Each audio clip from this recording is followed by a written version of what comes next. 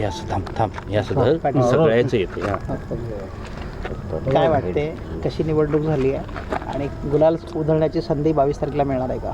मी गुलाल मागून ठेवला आहे, त्याच्यामुळे 22 तारखेला आपण सगळेजण 11 वाजेपर्यंत उधळायला आले तरी काही प्रॉब्लेम नाही. किती वाजता किती मतदान पडेल साधारणतः? मी सांगितलं ना, मॅजिक फिगरपेक्षा 20-30 आगावचं पडेल, नक्की पडेल. ते तर म्हणतात 350 पार 400 मग मी पण म्हणतोय ना, माझ्याकडे जर मॅजिक फिगरपेक्षा 20-30 आगाव आहे, त्यांच्याकडे 350 कसं असू शकते?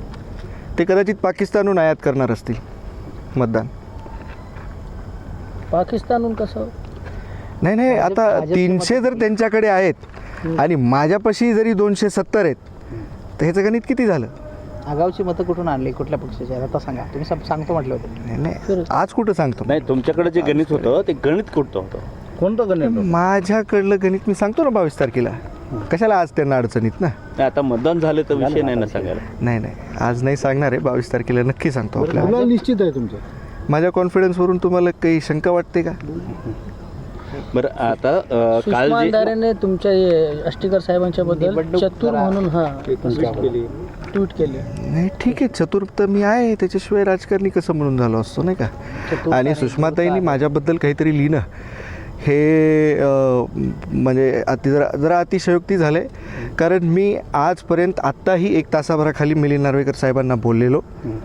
मी माझी बाईटसुद्धा क्लिअर केलेली. मी त्या टायमाला अंतिम टप्प्यात होतो प्रचाराच्या, आणि त्यावेळेस त्यांनी असं लिहिलं का मला मतदान करू नये. मला मतदान करू नये म्हणजे कुणाला करा? मग त्यांचा रोग कुणाकडे होता?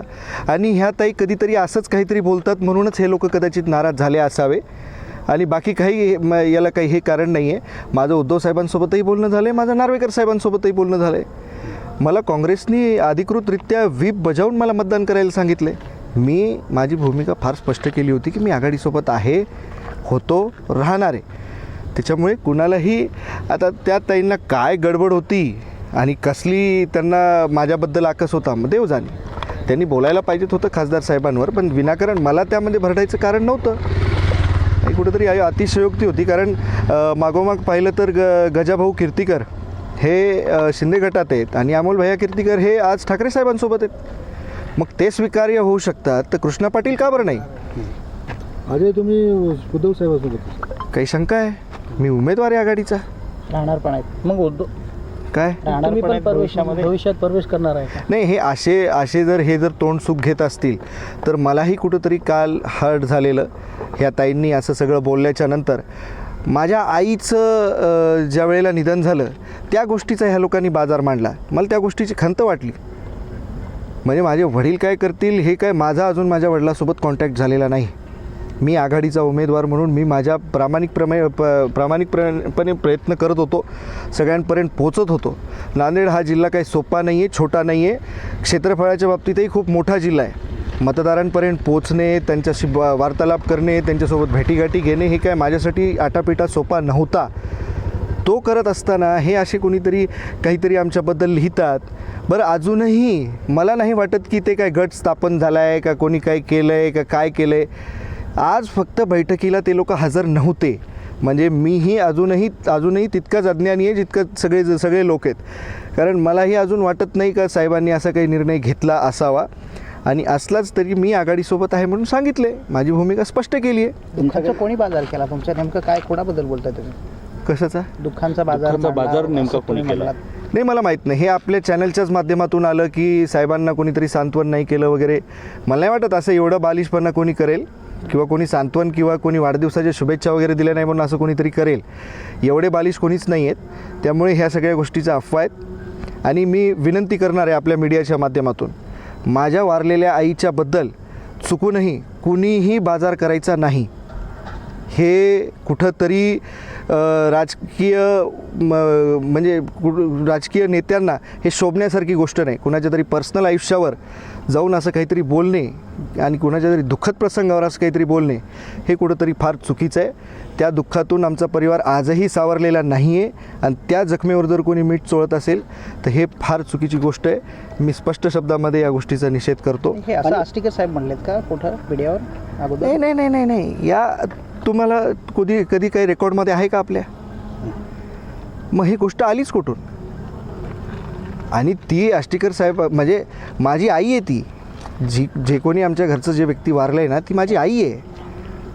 त्याबद्दल आपल्याला बोलायचा अजिबात नैतिक अधिकार नाहीच आहे. आपण आष्टीकर साहेबांबद्दल बोलत असताना ती माझीसुद्धा आई आहे, ह्यासुद्धा गोष्टीचं आपण भान ठेवलं पाहिजे. आष्टीकर साहेब आता कुठे आहेत? मला कल्पना नाही आहे. मी आपल्याला सांगितलं ना, ज्या वेळेसपासून त्यांचा फोन बंद झाला आहे त्यावेळेसपासून आमचीही फॅमिली तेवढ्याच टेन्शनमध्ये आहे का फोन कोणाचाच लागत नाही आहे. आणि योगायोग असा आहे का त्यांनी त्यांची गाडीसुद्धा नेलेली नाही आहे, त्यांच्यासोबत त्यांचा PA पण नाही आहे. त्यामुळे कुठल्या दुसऱ्या माध्यमातून त्यांचा संपर्क होईल असं कोणी माध्यम माझ्याकडे तरी नाही आहे. युवासेनेतर्फे वडील आहे, तुम्ही नांदेडमध्ये पोलिसांमध्ये तक्रार काय केलं नाही का? कुठे गेले, काय गेले? अहो ते सुज्ञ आहेत, समजदार. समर्थ आहेत, खासदार आहेत. मी खासदाराची कंप्लेंट करू? नाही कुठे गेले? कुठे गेले तुम्ही म्हणले ना, संपर्क होत नाही संपर्क होत म्हणून. नाहीये. येतील नांदेड- एवढे मागच्या वेळेला जेव्हा बंड झाला होता तुम्ही आता- तेव्हा बऱ्याच आमदारांच्या पत्नींनी किंवा त्याच्या नातेवाईकांनी पोलीस ठाण्यामध्ये वगैरे तक्रारी दिल्या होत्या. आणि आम्ही तक्रार देतोय असं पण माध्यमांशी ते बोलले होते. असं काही नाही, मी असं काही कुठलाही प्रकार करणार नाही आहे. बघूया. मला आजही वाटतं का माझे वडील वापस येतील. त्यांच्या मनामध्ये काय आहे हे मलाही कल्पना नाही आहे. आपण पाहिलं असेल तर या महिन्याभरामध्ये मी माझ्या प्रचारात गुंतलेलो होतो. त्यामुळे मला फारसा हे काय बाहेर काय घडते किंवा त्यांच्या आयुष्यात काय घडते हे मला कदाचित थोडंसं या महिन्यात तरी माहीत नव्हतं. बरं दादा, कालच्या जेवढ्या बातम्या झाल्या त्याच्यावरनं पडलं कोणाचं? सॉरी याच्या दादा, माध्यमातून कालच्या ज्या बातम्या सगळ्या झाल्या आव्हान करा. त्याचा मतदानावर काही परिणाम झाला? कसलाच परिणाम नाही झाला. आव्हान काय करायला आष्टीकर साहेबांना तुम्ही मीडियाच्या माध्यमातून? हे आव्हान मी आज हे ते पाहणार आहेत का किंवा ते बातम्या पाहत आहेत का? बघत असतील ना, मोबाईल असेल, बघत असेल ना. बघत असतील. तुम्ही काय सांगाल, त्यांनी तिकडे जावं नाही जावं शिंदे सेनेमध्ये? नाही, आज मी त्यांना काहीतरी आवाहन करणं यापेक्षा ते साहेबांच्या सुद्धा मुलांना- ते सगळ्या गोष्टी करतील आणि बाकी सगळ्या गोष्टी आपण त्यांनी आल्याच्या नंतर त्यांना विचारालच. मी आज पुरतं तरी मी माझ्या पुरतं आपल्याला बोलू शकतो. मी आघाडीत होतो, आहे, राहणार आहे. मी एवढ्या गोष्टी स्पष्ट केलेल्या आहेत. पण याचबरोबर सुषमाताईंनी जे काही तोंडसुख आमच्या परिवारावर घेतलं आहे किंवा माझ्यावर किमान तरी घेतलं आहे, त्या गोष्टीचा म्हणजे मला खूप त्या गोष्टीचं हर्ट झालं. मी पक्षासाठीच ह्या ठिकाणी उमेदवार म्हणून उभा आहे. माझ्या वडिलांनी काही केलं असेल किंवा नसेलही केलेलं, त्या गोष्टीच्या फक्त एका अफवेवर हे जर सगळ्या काही गोष्टी होत असतील तर हे कुठंतरी फार चुकीचं आहे. सुषमाताई मला म्हणाल्या का मी फार जास्त काय धूर्त आहे. धूर्त आहे. हा ठीक आहे, राजकारणात धूर्त असावं लागतं आणि असायला लागतं. ताई, तुमच्यासारखे जर नेते असतील ना तर एकाच पक्षात राहून धूर्त असायला लागतं, चतुरही असायला लागतं. एवढं बोलतो, थांबतो. नाही ते